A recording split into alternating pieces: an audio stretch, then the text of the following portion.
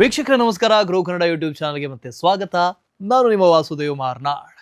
ಮೊದಲು ಈ ಕ್ಲಿಪ್ ನೋಡಿ. They're indistinguishable. They're part of the same equation, or really growth is part of the value equation. So if you tell me that you own a business that's going to grow to the sky, and isn't that wonderful? I don't know whether it's wonderful or not until I know what the economics are of that growth, how much you have to put in today and how much you will reap from putting that in today later on. ಏನು ಅರ್ಥ ಆಯ್ತು? Warren Buffett ಹೇಳಿದಂತ ಮಾತು, growth ವ್ಯಾಲ್ಯೂಗೆ ಮುಖ್ಯ, ಆದರೆ growth ಮಾತ್ರ ಸಾಕಾಗೋದಿಲ್ಲ, growth economics ಅರ್ಥ ಮಾಡ್ಕೊಳ್ಳೋದು ಕೂಡ ಈಕ್ವಲಿ ಇಂಪಾರ್ಟೆಂಟ್. ಮಾರ್ಕೆಟ್ನಲ್ಲಿ ಇದಕ್ಕೆ ಬೇಕಾದಷ್ಟು ಎಕ್ಸಾಂಪಲ್ಗಳು ಸಿಗ್ತವೆ. ಬಾಟಾ ಇಂಡಿಯಾ ಕಳೆದ 3 ವರ್ಷದಲ್ಲಿ ಪ್ರಾಫಿಟ್ 33% CAGR ಗ್ರೋತ್ ಆಗಿದೆ, ಆದರೆ ಕನ್ಸಿಸ್ಟೆಂಟ್ ಗ್ರೋತ್ ಅದರಲ್ಲಿ ಇರಲಿಲ್ಲ, ವ್ಯಾಲ್ಯೂಯೇಷನ್ ಸಸ್ಟೈನ್ ಆಗಲಿಲ್ಲ. ವರ್ಲ್ಪೂಲ್ ಮತ್ತು ಅವೆನ್ಯೂ ಸೂಪರ್ ಮಾರ್ಟ್ ಸೇಲ್ಸ್ ಮತ್ತು ಅದರ ಪ್ರಾಫಿಟ್ ಗ್ರೋತ್ ಫ್ಲಕ್ಚುಯೇಟ್ ಆಯಿತು, ವ್ಯಾಲ್ಯೂಯೇಷನ್ ಮೇಲೆ ಇಂಪ್ಯಾಕ್ಟ್ ಆಯಿತು. ಸಿಂಪಲ್ ಆಗಿ ಹೇಳಬೇಕು ಅಂದರೆ ಮಾರ್ಕೆಟ್ ಕನ್ಸಿಸ್ಟೆಂಟ್ ಗ್ರೋತ್ ಇರುವಾಗ ಕಂಪನೀಸ್ಗೆ ರಿವಾರ್ಡ್ ಕೊಡುತ್ತೆ. ಇವತ್ತಿನ ವಿಡಿಯೋದಲ್ಲಿ ನಾವು business year on year grow ಆಗ್ತಾ ಇದ್ರು ಕೂಡ ವ್ಯಾಲ್ಯೂಯೇಷನ್ ಕರೆಕ್ಟ್ ಆಗಿರುವಂಥ ಕಂಪನೀಸ್ನ ಬಗ್ಗೆ ನೋಡೋಣ. ನೀವೇನು ನಮ್ಮ ಚಾನಲ್ನ ಸಬ್ಸ್ಕ್ರೈಬ್ ಮಾಡಿಲ್ಲ ಅಂದರೆ ಈಗಲೇ ಸಬ್ಸ್ಕ್ರೈಬ್ ಮಾಡಿ. ಏನಾದರೂ ಡೌಟ್ಸ್ ಇದ್ದರೆ ಕಮೆಂಟ್ನಲ್ಲಿ ಹೇಳಿ.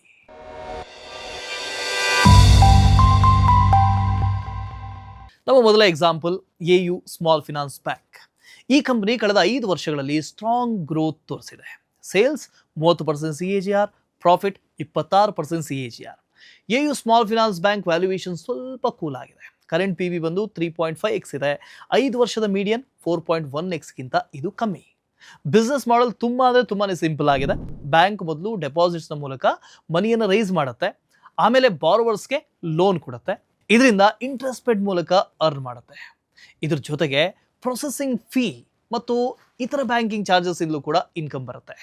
AU ಸ್ಮಾಲ್ ಫಿನಾನ್ಸ್ ಬ್ಯಾಂಕ್ ಭಾರತದಲ್ಲಿ ಅಸೆಟ್ ಸೈಜ್ ಆಧಾರದಲ್ಲಿ ಲಾರ್ಜೆಸ್ಟ್ ಸ್ಮಾಲ್ ಫಿನಾನ್ಸ್ ಬ್ಯಾಂಕ್ ಆಗಿದೆ. ಆದರೆ ಓವರಾಲ್ ಬ್ಯಾಂಕಿಂಗ್ ಸಿಸ್ಟಮ್ಗೆ ಹೋಲಿಸಿದ್ರೆ ಈ ಸೆಗ್ಮೆಂಟ್ ಇನ್ನೂ ಕೂಡ ಚಿಕ್ಕದಾಗಿದೆ. ಮಾರ್ಚ್ 2025 ಪ್ರಕಾರ India total banking assets 312 lakh ಕೋಟಿ. SFB ಸೆಗ್ಮೆಂಟ್ 4 ಲಕ್ಷ ಕೋಟಿ, ಅಂದರೆ 1.2 to 1.3 ಗ್ರೋತ್ ಇದೆ. ಈ ಸ್ಮಾಲ್ ಸೆಗ್ಮೆಂಟ್ನಲ್ಲಿ AU ಸುಮಾರು 40% ಮಾರ್ಕೆಟ್ ಶೇರನ್ನು ಹೊಂದಿದೆ. ಇಲ್ಲಿ ಮೇನ್ ಪಾಯಿಂಟ್ ಏನು ಅಂದರೆ ಸ್ಮಾಲ್ ಫಿನಾನ್ಸ್ ಬ್ಯಾಂಕಿಂಗ್ ಸೆಗ್ಮೆಂಟ್ ಮುಂದಿನ ವರ್ಷಗಳಲ್ಲಿ ಒಂದು ಒಳ್ಳೆ ಗ್ರೋತ್ ಎಕ್ಸ್ಪೆಕ್ಟ್ ಮಾಡ್ತಾ ಇದೆ. FY26ನಲ್ಲಿ 18 to 20% ಗ್ರೋತ್, ಅದೇ FY27 ಬಂದಾಗ 22 to 25% ಗ್ರೋತನ್ನು ಎಕ್ಸ್ಪೆಕ್ಟ್ ಮಾಡ್ತಾ ಇದೆ ಈ ಸೆಗ್ಮೆಂಟ್. ಇದರಿಂದಾಗಿ ಬಿಸ್ನೆಸ್ ಸೈಡ್ ಕ್ಲಿಯರ್ ಆಗುತ್ತೆ. ಈಗ ನಂಬರ್ಸನ್ನು ನೋಡೋಣ. ಕಳೆದ ಕೆಲವು ಕ್ವಾರ್ಟರ್ಸ್ನಲ್ಲಿ ಕಾಸ್ಟ್ ಆಫ್ ಫಂಡ್ಸ್ ನಿಧಾನವಾಗಿ ಕಮ್ಮಿ ಆಗ್ತಾ ಇರೋದ್ರಿಂದ ನೆಟ್ ಇಂಟ್ರೆಸ್ಟ್ ಇನ್ಕಮ್ ಇಂಪ್ರೂವ್ ಆಗ್ತಾ ಇದೆ. ಅದು ಯಾಕೆ ಅಂದರೆ AU ಸ್ಮಾಲ್ ಫಿನಾನ್ಸ್ ಬ್ಯಾಂಕ್ನಲ್ಲಿ ಇನ್ನೊಂದು ಪಾಸಿಟಿವ್ ಟ್ರೆಂಡ್ ಇದೆ. ಅದೇನು ಅಂದರೆ ನಾನ್ ಪರ್ಫಾರ್ಮಿಂಗ್ ಅಸೆಟ್ಸ್ NPA ಕಮ್ಮಿ ಆಗ್ತಾ ಇದೆ, ಅಂದರೆ ಅಸೆಟ್ ಕ್ವಾಲಿಟಿ ಇಂಪ್ರೂವ್ ಆಗ್ತಾ ಇದೆ. Q3 FY26ನಲ್ಲಿ ಪರ್ಫಾರ್ಮೆನ್ಸ್ ಸ್ಟ್ರಾಂಗ್ ಆಗಿತ್ತು. ಇಂಟ್ರೆಸ್ಟ್ ಅರ್ನ್ 4727 ಕೋಟಿ, ಅಂದರೆ 15% ಗ್ರೋತ್ ಇತ್ತು. ಇಂಟ್ರೆಸ್ಟ್ ಕಾಸ್ಟ್ ಬಂದು 14% ಇನ್ಕ್ರೀಸ್ ಆಗಿದೆ. ನೆಟ್ ಇಂಟ್ರೆಸ್ಟ್ ಇನ್ಕಮ್ ಬಂದು NII ಅಂದರೆ ನೆಟ್ ಇನ್ಕಮ್ ಇಂಟ್ರೆಸ್ಟ್ 2341 ಕೋಟಿ, ಅಂದರೆ 16% ಗ್ರೋತ್ ಇದೆ. ಈ ಗ್ರೋತ್ಗಾಗಿ ಬ್ಯಾಂಕ್ ಕೂಡ ಎಕ್ಸ್ಪ್ಯಾನ್ಷನ್ ಮಾಡ್ತಾ ಇದೆ, ಹೊಸ ಬ್ರಾಂಚಸ್ಸನ್ನು ಆ್ಯಡ್ ಮಾಡ್ತಾ ಇದೆ. ಹಾಗೆ ಡಿಜಿಟಲ್ ಲೆಂಡಿಂಗ್ ಇನಿಷಿಯೇಟಿವ್ನ ಲಾಂಚ್ ಮಾಡಿದೆ. ಆದರೆ ಇದರಿಂದ ಎಕ್ಸ್ಪೆನ್ಸಸ್ ಹೆಚ್ಚಾಗಿದೆ. ಎಕ್ಸ್ಪೆನ್ಸಸ್ ಅಂತ ಬಂದಾಗ ಎಂಪ್ಲಾಯಿ ಕಾಸ್ಟ್ 32% ಇನ್ಕ್ರೀಸ್ ಆಗಿದೆ, ಆಪರೇಟಿಂಗ್ ಎಕ್ಸ್ಪೆನ್ಸಸ್ ಬಂದು 22% ಇನ್ಕ್ರೀಸ್ ಆಗಿದೆ. ಇದರಿಂದಾಗಿ ಕಾಸ್ಟ್ ಪ್ರೆಷರ್ ಬಂದಿದೆ ಮತ್ತು ಕಾಸ್ಟ್ ಟು ಇನ್ಕಮ್ ರೇಷಿಯೋ ಕ್ವಾರ್ಟರ್ನಲ್ಲಿ ಸ್ವಲ್ಪ ಇನ್ಕ್ರೀಸ್ ಆಗಿದೆ. ಆದರೆ ಇನ್ನೂ ಕೂಡ 9 ತಿಂಗಳಲ್ಲಿ ಸ್ಟೇಬಲ್ ಆಗಿದೆ. Q3ನಲ್ಲಿ ಒಂದು ಬಿಗ್ಗೆಸ್ಟ್ ಪಾಸಿಟಿವ್ ಏನು ಅಂದರೆ ಪ್ರೊವಿಷನ್ಸ್ 34% ಕಮ್ಮಿ ಆದರೂ ಕೂಡ ಪ್ರಾಫಿಟ್ 26% ಇನ್ಕ್ರೀಸ್ ಆಗಿ 668 ಕೋಟಿ ಆಗಿದೆ. ಗ್ರೋತ್ ಪ್ಲ್ಯಾನ್ ಕ್ಲಿಯರ್ ಇದೆ. 1.29 ಲಕ್ಷ ಕೋಟಿ ಲೋನ್ ಬುಕ್ನ ಮೇಲೆ 20-22% ಗ್ರೋತನ್ನು ಟಾರ್ಗೆಟ್ ಇಟ್ಕೊಂಡಿದೆ. ಅಂದರೆ 26,000 ಕೋಟಿಯಿಂದ 28,600 ಕೋಟಿ ಹೊಸ ಲೋನ್ಸನ್ನು ಆ್ಯಡ್ ಮಾಡುವಂಥ ಪ್ಲ್ಯಾನ್ ಕಂಪ್ನಿಗಿದೆ. ಇನ್ನು Q3 FY26ನ ಈಲ್ಡ್ ರೇಟ್ನ ಪ್ರಕಾರ 3,600 ಕೋಟಿ ಅಡಿಷನಲ್ ಇಂಟ್ರೆಸ್ಟ್ ಇನ್ಕಮ್ ಜನರೇಟ್ ಆಗಬಹುದು. ಇದು FY25ನ ನೆಟ್ ಪ್ರಾಫಿಟ್ನ ಸುಮಾರು 1.7x ಆಗುತ್ತೆ. ಲಾಂಗ್ ಟರ್ಮ್ ಫೋಕಸ್ ನೋಡಿದ್ರೆ ROA return on assets 1.5 to 1.6 ಇಂದ 1.8% ಇನ್ಕ್ರೀಸ್ ಮಾಡೋದು. ಸಿಂಪಲ್ ಆಗಿ ಹೇಳಬೇಕು ಅಂದರೆ ಬ್ಯಾಂಕ್ ಗ್ರೋತ್ನ ಜೊತೆಗೆ ಎಫಿಷಿಯನ್ಸಿ ಮತ್ತು ರಿಟರ್ನ್ಸ್ ಇಂಪ್ರೂವ್ ಮಾಡೋದೇ ಕೆಲಸ ಮಾಡ್ತಾ ಇದೆ. ಆದರೆ ರಿಸ್ಕ್ ಕೂಡ ಹಾಗೆ ಇದೆ. ಫಂಡಿಂಗ್ ಪ್ರೆಷರ್ CASA ರೇಷಿಯೋ 38.4% FY23ಯಲ್ಲಿದ್ದಂಥದ್ದು 29% FY26ಗೆ ಕಮ್ಮಿ ಆಗಿದೆ. ಇದೊಂದು ಪಾಯಿಂಟ್. ಇದರ ಜೊತೆಗೆ ಎಕ್ಸ್ಪ್ಯಾನ್ಷನ್ ಕಾರಣ ಕಾಸ್ಟ್ ಸ್ಟ್ರಕ್ಚರ್ ಹೆವಿ ಆಗಿದೆ. ಕಾಸ್ಟ್ ಟು ಇನ್ಕಮ್ ರೇಷಿಯೋ ಬಂದು 57.2% ಇದೆ. ಅದೇ ಟಾರ್ಗೆಟ್ 55% ಇದೆ. ಅಂದರೆ ಕಾಸ್ಟ್ ಇನ್ನೂ ಕೂಡ ಕಂಟ್ರೋಲ್ ಮಾಡಬೇಕಾಗಿದೆ. ಈ ಎಲ್ಲ ಮ್ಯಾಟ್ರಿಕ್ಸ್ ಪ್ರಾಫಿಟಬಿಲಿಟಿ ಮೇಲೆ ಇಂಪ್ಯಾಕ್ಟ್ ಮಾಡಬಹುದು. ಆದ್ದರಿಂದ ಇನ್ವೆಸ್ಟರ್ಸ್ ಆಗಿ ನೀವು ಇದನ್ನ ಗಮನದಲ್ಲಿ ಇಡಬೇಕು. ಈಗ ನಮ್ಮ ಎರಡನೇ ಎಕ್ಸಾಂಪಲ್ ಆವಾಸ್ ಫಿನಾನ್ಷಿಯಲ್ಸ್. ಕಳೆದ 5 ವರ್ಷದಲ್ಲಿ ಸೇಲ್ಸ್ ಬಂದು 21% CAGR ಇದೆ, ಪ್ರಾಫಿಟ್ ಬಂದು 18% CAGR ಗ್ರೋತ್ ತೋರಿಸ್ತಾ ಇದೆ.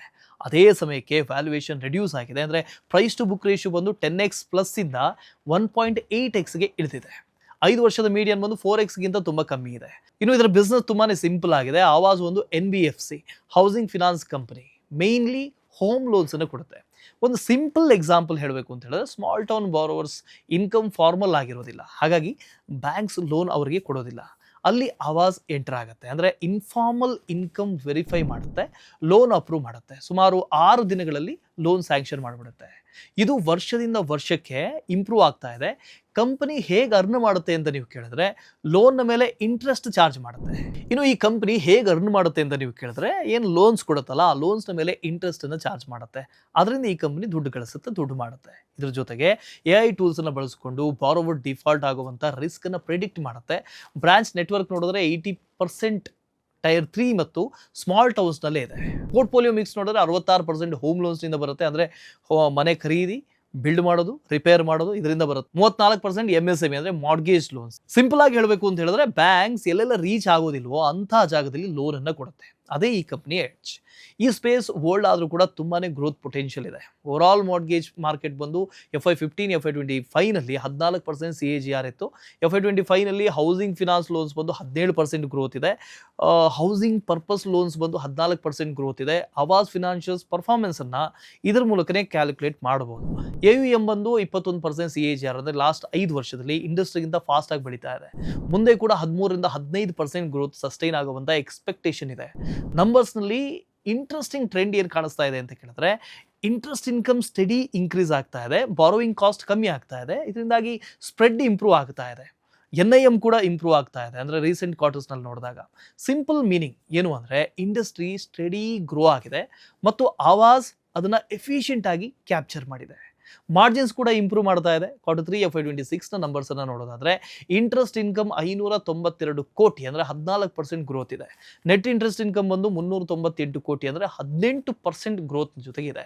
FD ಇನ್ಕಮ್ ಸ್ವಲ್ಪ ಡಿಕ್ಲೈನ್ ಆಗಿದೆ, ಆದರೆ ಕೋರ್ ಲೆಂಡಿಂಗ್ ಸ್ಟ್ರಾಂಗ್ ಆಗೇ ಇದೆ. ಇನ್ನು ಎಕ್ಸ್ಪೆನ್ಸಸ್ ಸೈಡನ್ನು ನೋಡೋದಾದರೆ, ಇಂಟ್ರೆಸ್ಟ್ ಕಾಸ್ಟ್ ಬಂದು ಸ್ವಲ್ಪ ಇನ್ಕ್ರೀಸ್ ಆಗಿದೆ, ಆಪರೇಟಿಂಗ್ ಎಕ್ಸ್ಪೆನ್ಸಸ್ 20% ಇನ್ಕ್ರೀಸ್ ಆಗಿದೆ. ಆದರೂ ಕೂಡ overall cost to income ratio ಸ್ವಲ್ಪ ಕಮ್ಮಿನೇ ಆಗಿದೆ. ಪ್ರಾಫಿಟಬಿಲಿಟಿ ಸ್ಟೇಬಲ್ ಇದೆ. ಅಸೆಟ್ಸ್ಗೆ ಕಂಪೇರ್ ಮಾಡಿದಾಗ ಎಕ್ಸ್ಪೆನ್ಸಸ್ ರಿಲೇಟಿವ್ ಆಗಿ ಕಂಟ್ರೋಲ್ನಲ್ಲೇ ಇಟ್ಕೊಂಡಿದ್ದಾರೆ. ಆವಾಸ್ ಫಿನಾನ್ಷಿಯಲ್ಸ್ನಲ್ಲಿ ಪ್ರಾಫಿಟ್ ಬಂದು 16% ಇನ್ಕ್ರೀಸ್ ಆಗಿ 170 ಕೋಟಿ ಆಗಿದೆ. ಇನ್ನು ಮುಂದಿನ ವರ್ಷಕ್ಕೆ, ಅಂದರೆ FY27ಗಾಗಿ ಮ್ಯಾನೇಜ್ಮೆಂಟ್ ಟಾರ್ಗೆಟ್ ಏನಿದೆ ಅಂತ ಹೇಳಿದ್ರೆ, 25% ಜಾಸ್ತಿ ಡಿಸ್ಬರ್ಸ್ಮೆಂಟ್ ಗ್ರೋತನ್ನು ತೋರಿಸಬೇಕು. ಅದಕ್ಕಾಗಿ ಸುಮಾರು 2,000 ಕೋಟಿ ಎಕ್ಸ್ಟ್ರಾ ಲೋನ್ ಪುಷ್ ಮಾಡಬೇಕು. ಇನ್ನು ಸ್ಕೇಲನ್ನು ಅರ್ಥ ಮಾಡ್ಕೊಳ್ಳಿ, FY26ನಲ್ಲಿ 4,430 ಕೋಟಿ ಡಿಸ್ಬರ್ಸ್ಮೆಂಟ್ ಇತ್ತು. ಇದಕ್ಕೆ ಹೋಲಿಸಿದ್ರೆ ಇದು ಸುಮಾರು 45% ಜಂಪ್ ಆಗಿದೆ. ಸಿಂಪಲ್ ಆಗಿ ಹೇಳಬೇಕು ಅಂತ ಹೇಳಿದ್ರೆ, ಈ ಮೊಮೆಂಟಮ್ ಮುಂದುವರೆದ್ರೆ FY27ನಲ್ಲಿ AUM ಗ್ರೋತ್ 17ರಿಂದ 18% ಇರಬಹುದು. ಲಾಂಗ್ ಟರ್ಮ್ ವಿಷನ್ ಇನ್ನೂ ಕೂಡ ತುಂಬಾನೇ ದೊಡ್ಡದಾಗಿದೆ. ಅಂದರೆ ಟಾರ್ಗೆಟ್ 20ರಿಂದ 25% AUM CAGR ಜೊತೆಗೆ FY30ಯ ವೇಳೆಗೆ AUM ಬಂದು 55,000 ಕೋಟಿಗೆ ತಲುಪಿಸಬೇಕು. ಅದು ಕೂಡ ಸುಮಾರು 2.5x ಗ್ರೋತ್ ಮಾಡಬೇಕು ಅಂತೇಳಿ ಟಾರ್ಗೆಟ್ ಇದೆ. ಆದರೆ ರಿಸ್ಕ್ ಕೂಡ ಹಾಗೇ ಇದೆ. ಜಿಯೋಗ್ರಫಿಕ್ ಕಾನ್ಸಂಟ್ರೇಷನ್ ರಿಸ್ಕ್ ಇದೆ. ಅಂದರೆ ಕಂಪನಿ 15 ರಾಜ್ಯಗಳಲ್ಲಿ ಆಪರೇಟ್ ಮಾಡ್ತಾ ಇದೆ, ಆದರೆ 65% AUM ರಾಜಸ್ಥಾನ, ಗುಜರಾತ್, ಮಹಾರಾಷ್ಟ್ರ ಈ 3 ಸ್ಟೇಟ್ಗಳಿಂದಲೇ ಬರ್ತಾ ಇದೆ. ಅಂದರೆ ಪರ್ಫಾರ್ಮೆನ್ಸ್ ಈ ಸ್ಟೇಟ್ನ ಮೇಲೆ ಹೆಚ್ಚು ಡಿಪೆಂಡ್ ಆಗಿದೆ. ಎರಡನೇದು ಸ್ಮಾಲ್ ಟಿಕೆಟ್ ಲೋನ್ಸ್ನ ರಿಸ್ಕ್ ಇದೆ. ಅಂದರೆ ಡೇ ಪೇಬಲ್ ರೇಟ್ ಬಂದು 4.5% ಇದೆ, GNPA ಬಂದು 1.25% ಇದೆ. ಅಂದರೆ ಈ ಸೆಗ್ಮೆಂಟ್ನಲ್ಲಿ ಸ್ಟ್ರೆಸ್ ಸ್ವಲ್ಪ ಹೆಚ್ಚಾಗಿದೆ ಅಂತ. ಇದು ಫ್ಯೂಚರ್ ಪರ್ಫಾರ್ಮೆನ್ಸ್ನ ಮೇಲೂ ಕೂಡ ಇಂಪ್ಯಾಕ್ಟ್ ಆಗಬಹುದು. ಇದು ನಮ್ಮ ಎರಡನೇ ಕಂಪನಿ ಬಗ್ಗೆ. ಈಗ ನಮ್ಮ ಕೊನೆಯ ಕಂಪನಿ, ಕೊನೆಯ ಬ್ಯಾಂಕ್, ಆಕ್ಸಿಸ್ ಬ್ಯಾಂಕ್. ಕಳೆದ 5 ವರ್ಷಗಳಲ್ಲಿ ಸೇಲ್ಸ್ ಬಂದು 15% CAGR, ಪ್ರಾಫಿಟ್ ಬಂದು 72% CAGR, ಅಂದರೆ ತುಂಬ ಹೈ ಗ್ರೋತ್ ಅನ್ನು ತೋರಿಸಿದೆ. ಪ್ರಾಫಿಟ್ ಇಷ್ಟು ಜಾಸ್ತಿ ಕಾಣಿಸೋದಕ್ಕೆ ಕಾರಣ ಏನು ಅಂತ ಹೇಳಿದ್ರೆ, ಫಿನಾನ್ಸಿಂಗ್ ಮಾರ್ಜಿನ್ಸ್ ಇಂಪ್ರೂವ್ ಆಗಿದೆ. ವ್ಯಾಲ್ಯೂಯೇಷನ್ ನೋಡಿದ್ರೆ ಕಳೆದ 5 ವರ್ಷಗಳಲ್ಲಿ PB ಬಂದು 2.1x ನಿಂದ 2.4x ನ ಮಧ್ಯದಲ್ಲಿದೆ, ರೇಂಜ್ನಲ್ಲಿದೆ. ಈಗ 1.8x, ಮೀಡಿಯನ್ ಬಂದು 2.1x ಗಿಂತ ಕಮ್ಮಿ ಇದೆ. ಇನ್ನು ಬಿಸ್ನೆಸ್ ಮಾಡೆಲ್ ಡೈವರ್ಸಿಫೈಡ್ ಆಗಿದೆ. ಅಂದರೆ ಆಕ್ಸಿಸ್ ಬ್ಯಾಂಕ್ ಇಂಡಿಯಾದ 3rd largest private sector bank ಆಗಿದೆ.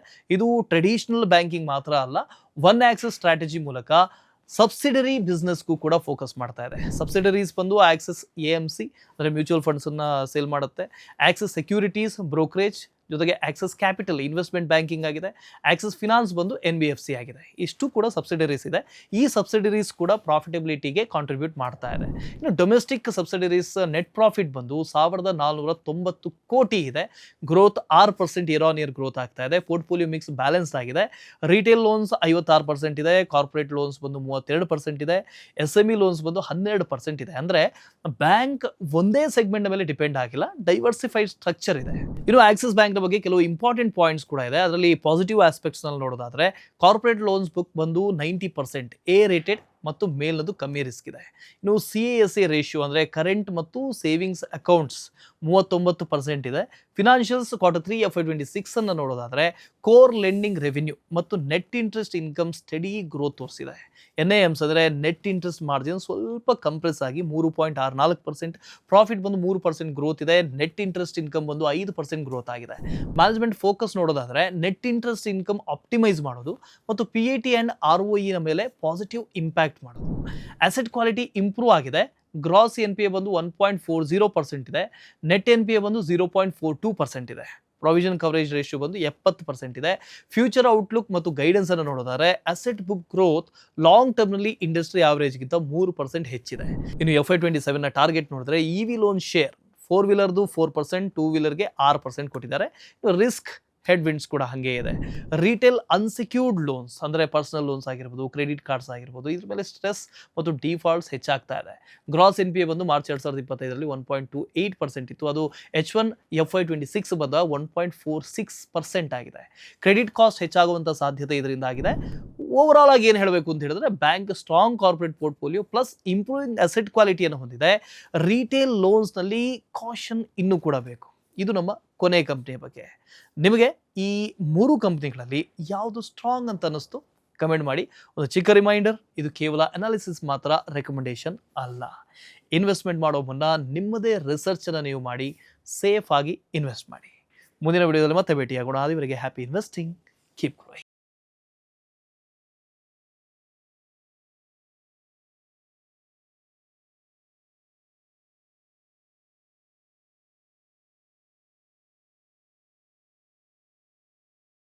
Investment in securities market are subject to market risks. Read all the related documents carefully before investing. Please read the risk disclosure documents carefully before investing in equity shares, derivatives, mutual fund, and or other instruments traded on the stock exchanges.